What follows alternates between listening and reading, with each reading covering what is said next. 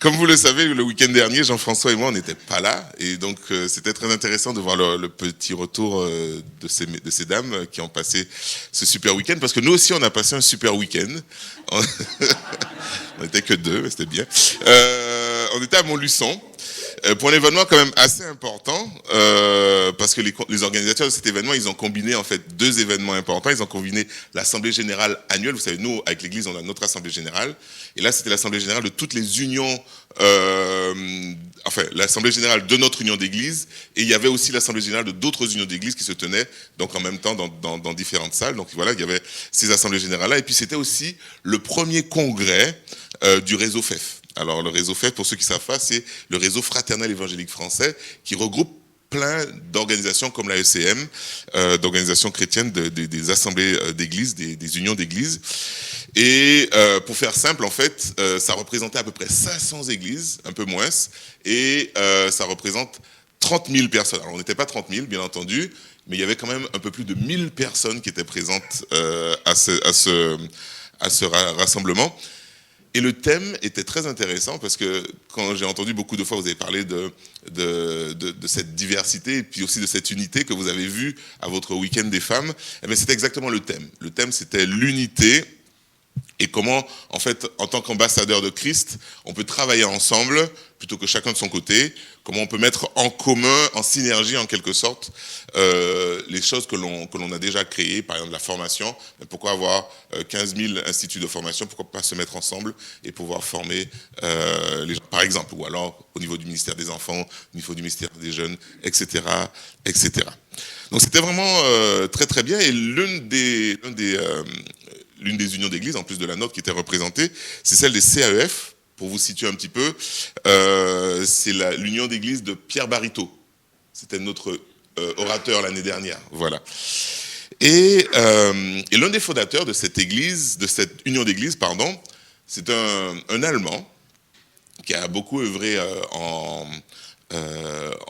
Angleterre, qui s'appelle George Muller. Est-ce qu'il y en a qui ont déjà entendu parler de George Muller ? Voilà, je m'attendais à ce que ce soit les plus anciens qui lèvent les doigts. Ça n'a pas raté, effectivement. Désolé. Oui, effectivement, George Muller, c'est un missionnaire, donc comme je vous ai dit, allemand, qui a œuvré en Angleterre, et au 19e siècle. Et cet homme, ce missionnaire, est surtout connu pour sa foi. Il est connu pour sa foi très très grande. Et je vais vous raconter, pour vous situer un petit peu dans le contexte, à quel point cet homme avait une grande foi. Alors, il a beaucoup œuvré dans la construction et la direction d'orphelinats. Il y en avait plusieurs. Et dans ses mémoires, il dit qu'il a pu aider à peu près 10 000 orphelins sur tout son ministère, dans toute sa vie. Et un jour, alors,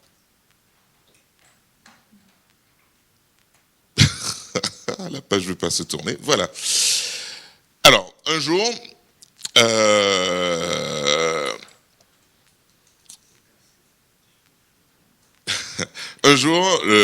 George Muller, qui devait, donc, comme vous le savez, s'occuper des orphelins, il devait construire des bâtiments, et bien sûr, tous ces bâtiments, il faut s'en occuper. Tous ces bâtiments, tous ces enfants, il faut les nourrir. Et face à ces besoins, il dit qu'il n'a jamais, même pas une fois, demandé de l'argent à qui que ce soit. Et il y a cette anecdote qui s'est passée un matin. Il était dans l'un de ces orphelinats. Il y avait à peu près 300 enfants qui étaient là devant lui. Ils se sont réveillés, ils se sont assis à table. Jusqu'à rien d'extraordinaire. Et George Muller était là avec eux. Et j'imagine, il demande le silence. Moi, je travaille avec les enfants. 300 enfants, ça fait quand même du bruit. Hein. Il leur demande de se taire. Et puis, il prie. Alors, excusez-moi. Vous avez peut-être remarqué, je suis un petit peu déstabilisé. Parce que mon système informatique très très sophistiqué me fait quelques siennes. Donc, je dois... Parfois le papier et le crayon, vous savez. Ah là là.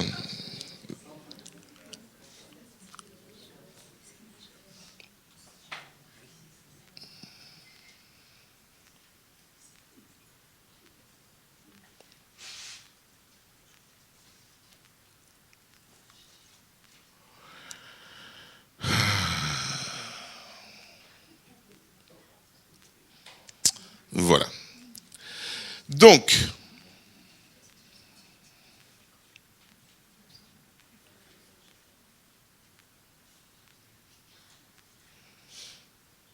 eh bien,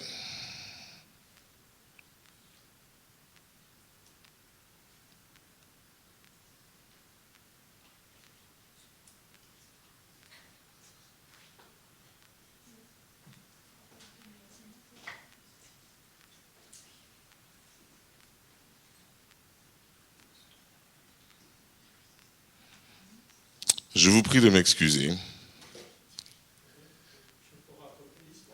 Je veux bien que tu racontes l'histoire. Viens, raconte l'histoire, viens. Viens. C'était un homme de grande foi. Alors, ils étaient tous à table, au petit déjeuner, mais il n'y avait rien dans les frigos, et il n'y avait rien dans la maison. Et Georges Muller a dit, nous allons remercier le Seigneur pour ce repas. Il fallait avoir de la foi. Il n'y avait rien dans la maison. Juste, il y a une charrette qui passe, remplie de bidons de lait. Et le moyeu de cette charrette s'est cassé. Et le paysan qui a mené cette nourriture était embêté. Mais il a eu une idée, le Seigneur lui a mis cette idée d'aller frapper à la porte de Georges Muller. Il a dit, je suis embarrassé, la charrette s'est cassée et j'ai la charrette pleine de lait. Est-ce que vous le voulez? Il a dit, oui, avec bon cœur. Et alors, ces enfants ont pu déjeuner. Le Seigneur a pourvu. Le Seigneur pourvoit toujours. Parfois, on ne comprend pas pourquoi.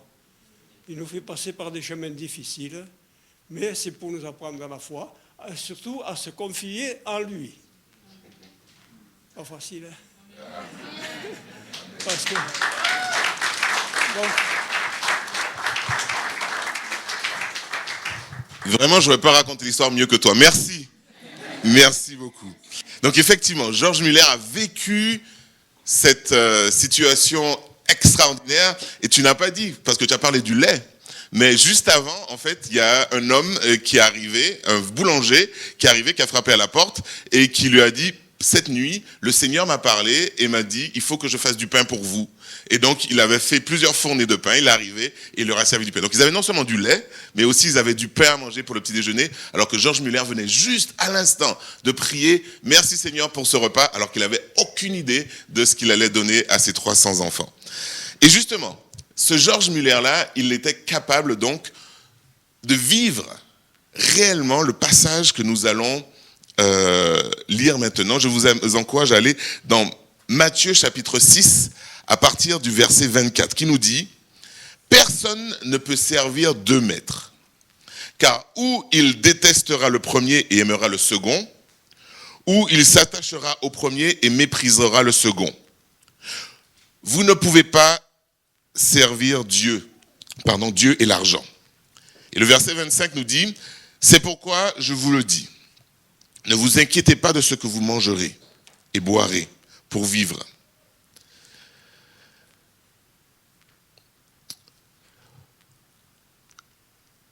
La prochaine fois, je prendrai du papier, je vous promets.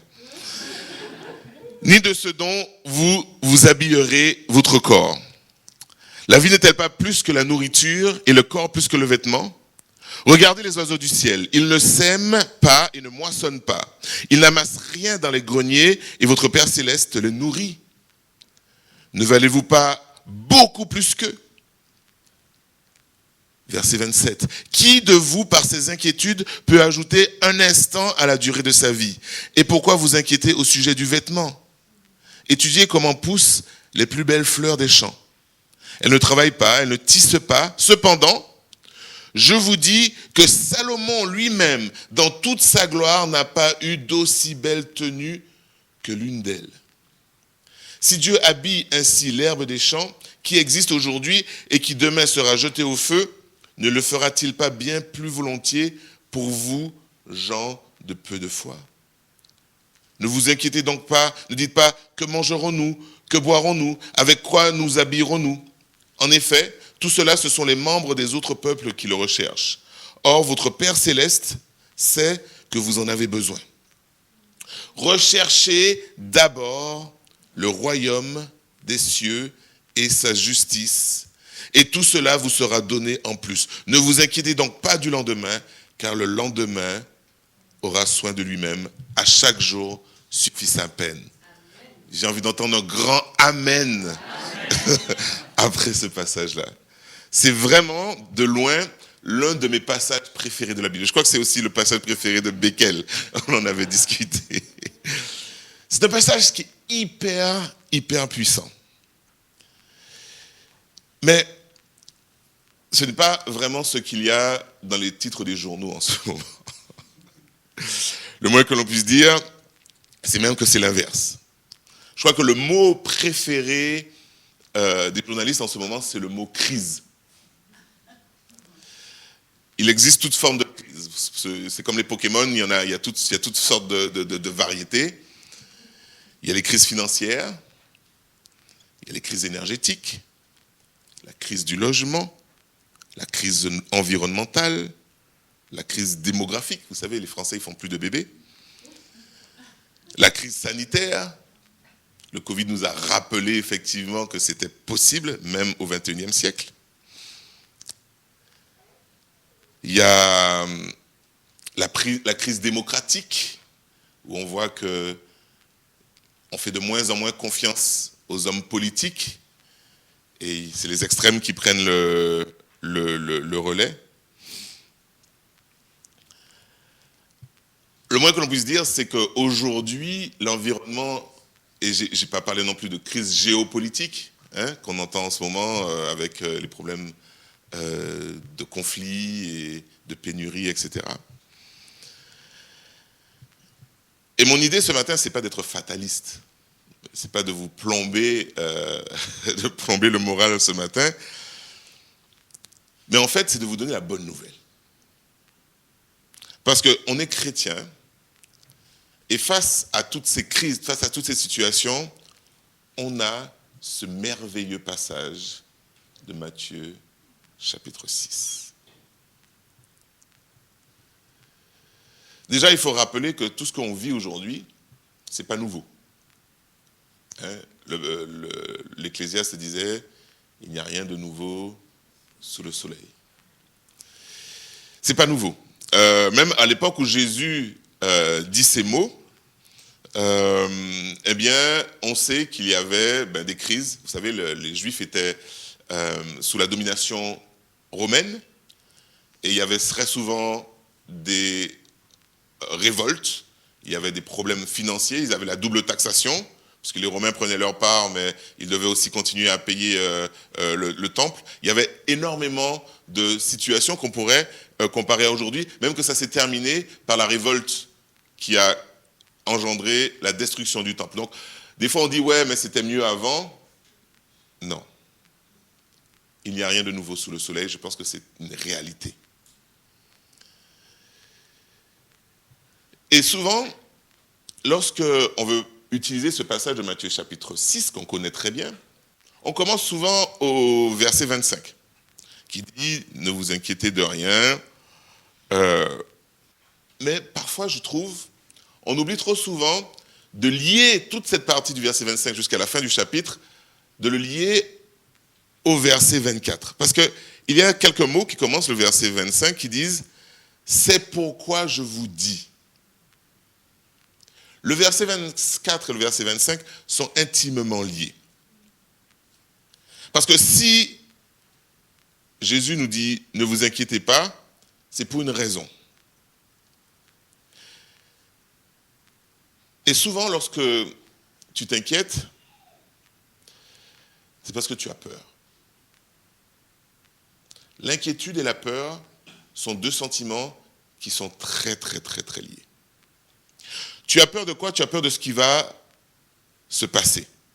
Tu as peur de l'avenir, tu as peur de demain. Et donc, la question de la peur nous amène vers la question de la confiance. Analyse bien les raisons de ton inquiétude et peut-être que tu verras que si tu es inquiet, c'est parce que tu n'as pas confiance.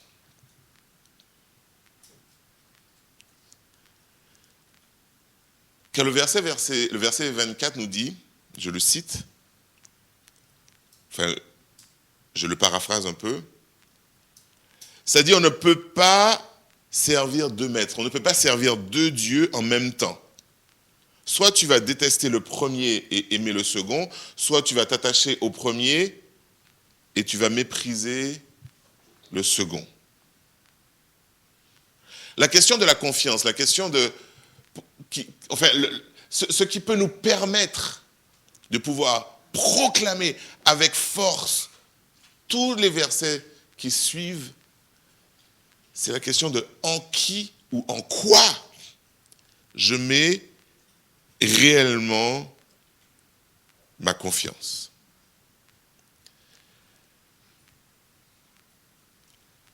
Et les 10 prochains versets donc répondent à cette question. Est-ce que tu mets ta confiance en Dieu réellement?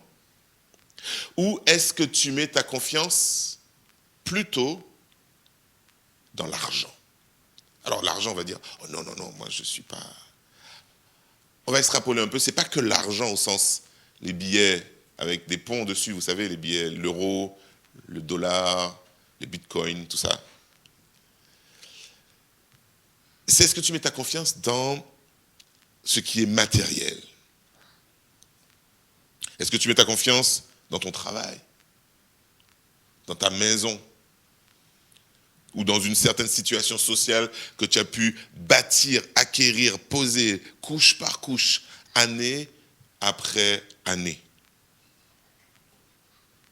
Est-ce que c'est là vraiment ta sécurité? En fait, c'est la question que Dieu nous pose au travers de ce passage-là. Avant de nous dire ne vous inquiétez pas, ne vous inquiétez de rien, il veut que l'on puisse prendre le temps de la réflexion. Où est ton cœur? Un autre passage que vous connaissez très bien nous dit exactement. C'est là où est ton trésor, là aussi sera ton cœur. L'exemple le plus parlant, en fait, pour illustrer cette question de là où est ton trésor, là aussi sera ton cœur, c'est Job. Vous connaissez l'histoire de Job. Je ne vais pas toute la refaire, mais c'est le début de l'histoire de Job qui est très intéressant. Satan, il vient, il va dire à Dieu, tu sais Job, s'il te suit, s'il a confiance en toi, s'il t'aime, c'est parce que tu lui as donné plein de choses matérielles. Enlève-lui tout ça, tu vas voir, il n'y a plus de Job. Est-ce que c'était vrai? Non. Parce que Job, son cœur, n'était pas dans tout ce matériel. Sa sécurité, sa confiance n'était pas dans tout ce qu'il avait acquis. Alors attention, je ne dis pas que l'argent ou que le matériel, ce n'est pas utile, ce n'est pas nécessaire. Et le passage que l'on a lu ne dit pas ça non plus. En fait, il dit le contraire. En fait, il dit c'est utile, puisque je vais vous le donner. Vous en avez besoin, donc c'est utile. Mais il nous met en garde, est-ce que ta confiance, ta sécurité est vraiment là-dedans? Le message, en fait, est clairement, ne t'inquiète pas Fais-moi confiance parce que quand tu auras besoin,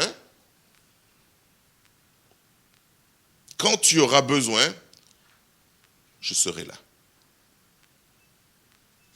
Quand tu auras besoin, tu pourras compter sur moi. Alors, petit conseil, ne focalise pas ton énergie, ne focalise pas ton attention, ne focalise pas tes objectifs dans la vie sur l'acquisition de ces choses-là. Mais focalise plutôt ton énergie, ta volonté, tes projets sur comment est-ce que tu peux être plus proche de Dieu, comment est-ce que tu peux être plus attentif à ce que Dieu veut pour toi. Comment tu peux être plus attentif à l'Esprit de Dieu. Et dans ce passage, Jésus donne trois bonnes raisons fondamentales pour faire réfléchir, pour me faire réfléchir, pour me scanner un petit peu et pour me dire, ok, j'ai compris. Pour me remettre en question un petit peu et pour me dire, ok, ma confiance est au bon endroit. Et le verset 26 nous dit, regardez les oiseaux du ciel. Ils ne sèment pas, ne moissonnent pas, ils n'amassent rien dans les greniers et votre Père Céleste les nourrit. Ne valez-vous pas beaucoup plus qu'eux? La première chose, on le dit vite peut-être, mais c'est tellement important. Tu as de la valeur aux yeux de Dieu. Tu as de la valeur aux yeux de Dieu. Vous connaissez cette expression? On n'est pas juste un numéro. Je me souviens de quelqu'un qui m'a dit une fois, ouais, mais comment Dieu il peut s'occuper de nous? Il a tellement de choses à faire. C'est tellement réducteur de penser à Dieu comme ça. Dieu, il est en dehors du temps, il est en dehors de l'espace. Il est en dehors de la matière. Il a créé l'énergie qui permet à tout cet univers de fonctionner. Et ce Dieu-là, il te connaît, comme il a dit à Jérémie, il te connaît même avant que tu sois formé dans le ventre de ta mère. Amen. Tu as de la valeur aux yeux de Dieu. Éternel, tu me sondes et tu me connais. Tu sais quand je m'assieds, quand je me lève. Tu pénètres de loin ma pensée. Tu sais quand je marche, quand je me couche. Et tu pénètres toutes mes voies. Le Psaume 139 nous rappelle que Dieu, il connaît individuellement chacun de nous. Nous avons de la valeur aux yeux de Dieu. Et c'est l'une des raisons fondamentales qui fait qu'on peut lui faire confiance pour demain, et pour après-demain, et pour après-après-demain.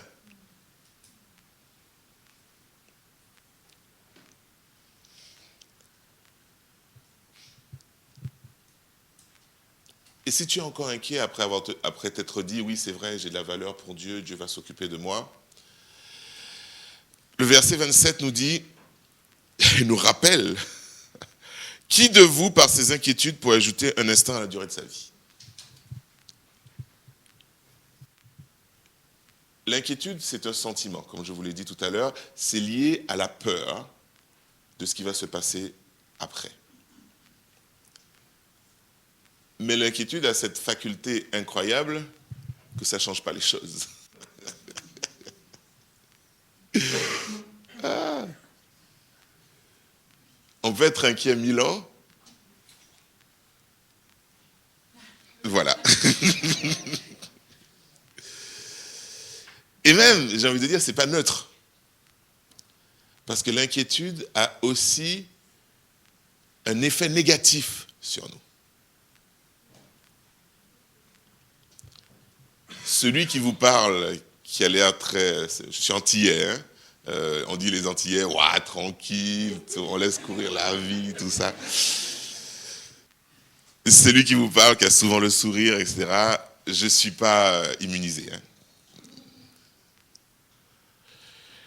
Et même, pour être 100% honnête avec vous, ce thème-là, Dieu me l'a mis à cœur, parce que je suis passé par un moment de grande inquiétude il n'y a pas très longtemps. Est-ce que ça a changé ma situation ? Selon mon banquier, non. Donc, c'est toujours pareil. En revanche, est-ce que ça a changé ma qualité de vie ? Oui, clairement. On n'est pas serein, on est parfois plus nerveux, on est plus renfermé, et on est souvent dans une sorte de spirale destructrice qui ne mène à rien. Est-ce que ça va rajouter une seconde à la durée de ma vie ? Non. Est-ce que ça va changer mes problèmes ? Non.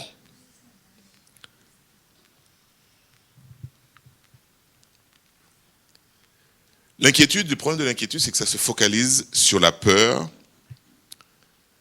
Encore une fois, on parle de la peur. Parce qu'on n'a pas confiance de ce qui va se passer demain. Et on s'imagine souvent le pire. Et ça témoigne aussi qu'on se rend compte qu'on n'a pas le contrôle. On n'a pas le contrôle sur ce qui va se passer. Et j'ai envie de vous dire, scoop, c'est vrai. On ne peut pas tout contrôler. On ne peut jamais tout contrôler. Et je fais bien attention de dire que je ne suis pas en train de dire qu'il faut être complètement insouciant. Et ce n'est pas ce que dit le passage non plus. Parce que dans d'autres versets de la Bible, on nous encourage à la sagesse, on nous encourage à la prudence, on nous encourage même parfois à être prévoyants. Et en tant que chrétien, je pense que ce sont des qualités que l'on doit alimenter.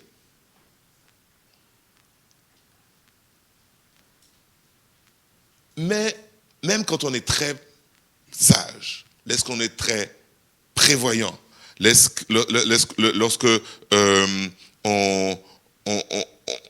on fait bien attention et on est prudent, il faut qu'on sache une chose. On ne va jamais réussir à tout contrôler. Jamais. Jamais. Jamais. Et l'inquiétude a cette faculté très très forte de se focaliser sur ces zones-là qu'on n'arrive pas à contrôler.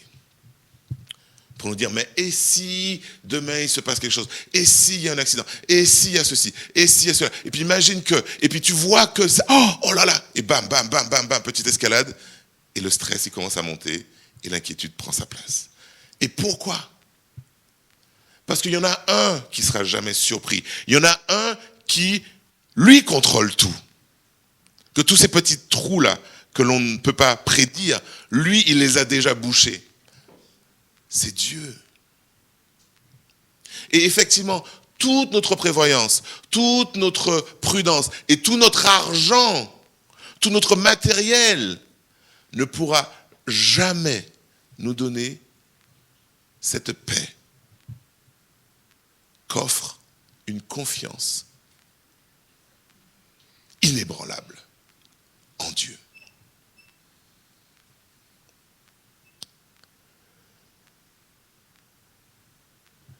Et si après tout ça encore, tu sais que Dieu, il est au contrôle.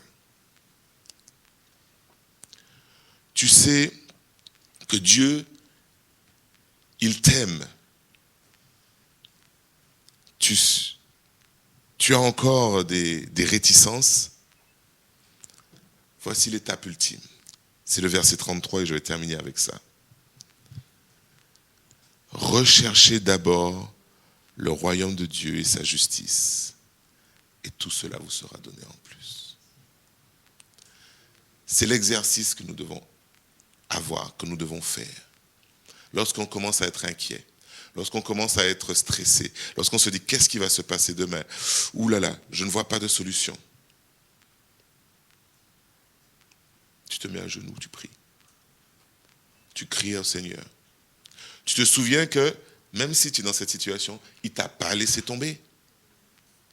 Tu as toujours de la valeur aux yeux de Dieu, même à ce moment-là. Tu te souviens que rester à tourner en boucle tes problèmes dans ta tête, ça ne va pas résoudre le problème.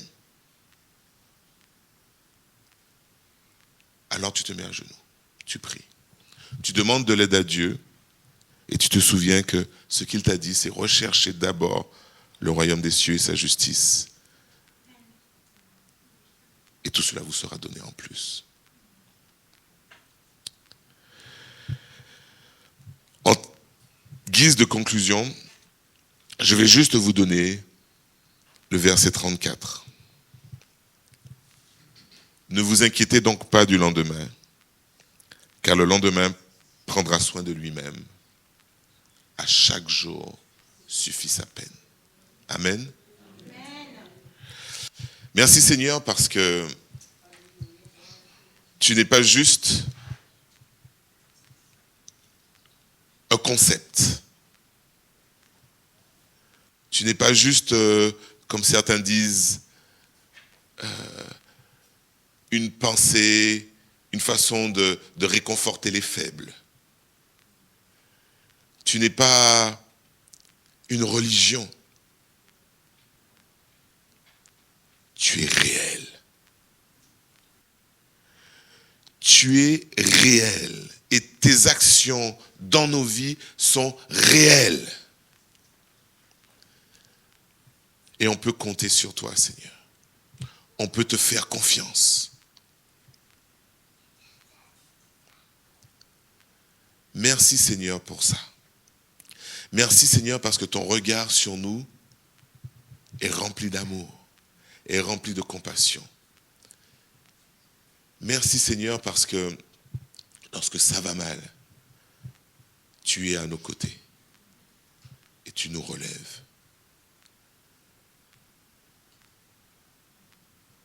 Seigneur, je te prie que tu puisses faire grandir notre foi, faire grandir notre confiance en toi.